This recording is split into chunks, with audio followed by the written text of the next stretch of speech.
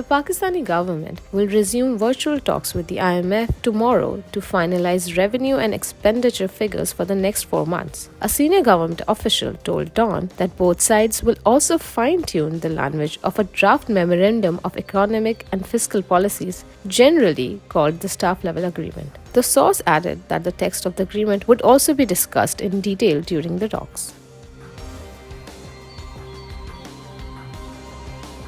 Despite the fiscal tightening, the government's borrowing for budgetary support surged to 1.8 trillion rupees during the first 7.5 months of the current fiscal year, against a net retirement of 245.8 billion rupees during the same period last year.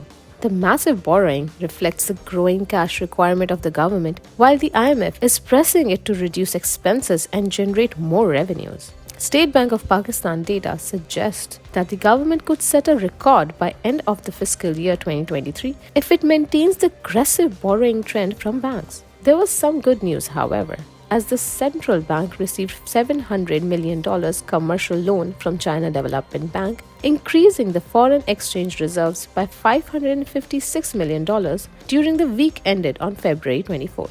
After accounting for external debt repayments, the third weekly increase pushed up the central bank reserves to $3.8 billion, but still not even sufficient to cover the country's import bill for a month.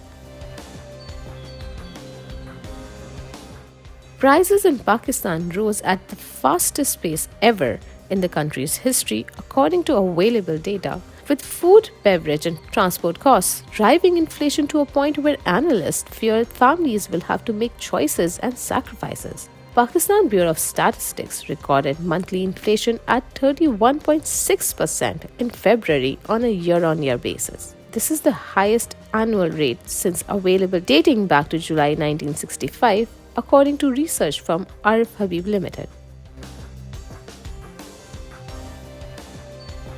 A day after plummeting to an all-time low of 285 rupees per US dollar, the local currency recovered by 6 rupees and 63 paisa to close at 278 rupees and 46 paisa in the interbank market on Friday. Pakistani rupee has been sliding as the government tries to convince IMF to release critical funding necessary to unlock inflows from other bilateral and multilateral lenders. Meanwhile, at the Pakistan Stock Exchange, trading began in the outgoing week on a negative note owing to the uncertainty over the resumption of the loan program. As a result, the KSE 100 index closed at 41,337 points. The State Bank of Pakistan increased interest rate by 300 basis points to 20%, citing inflation. This is the highest level since October 1996.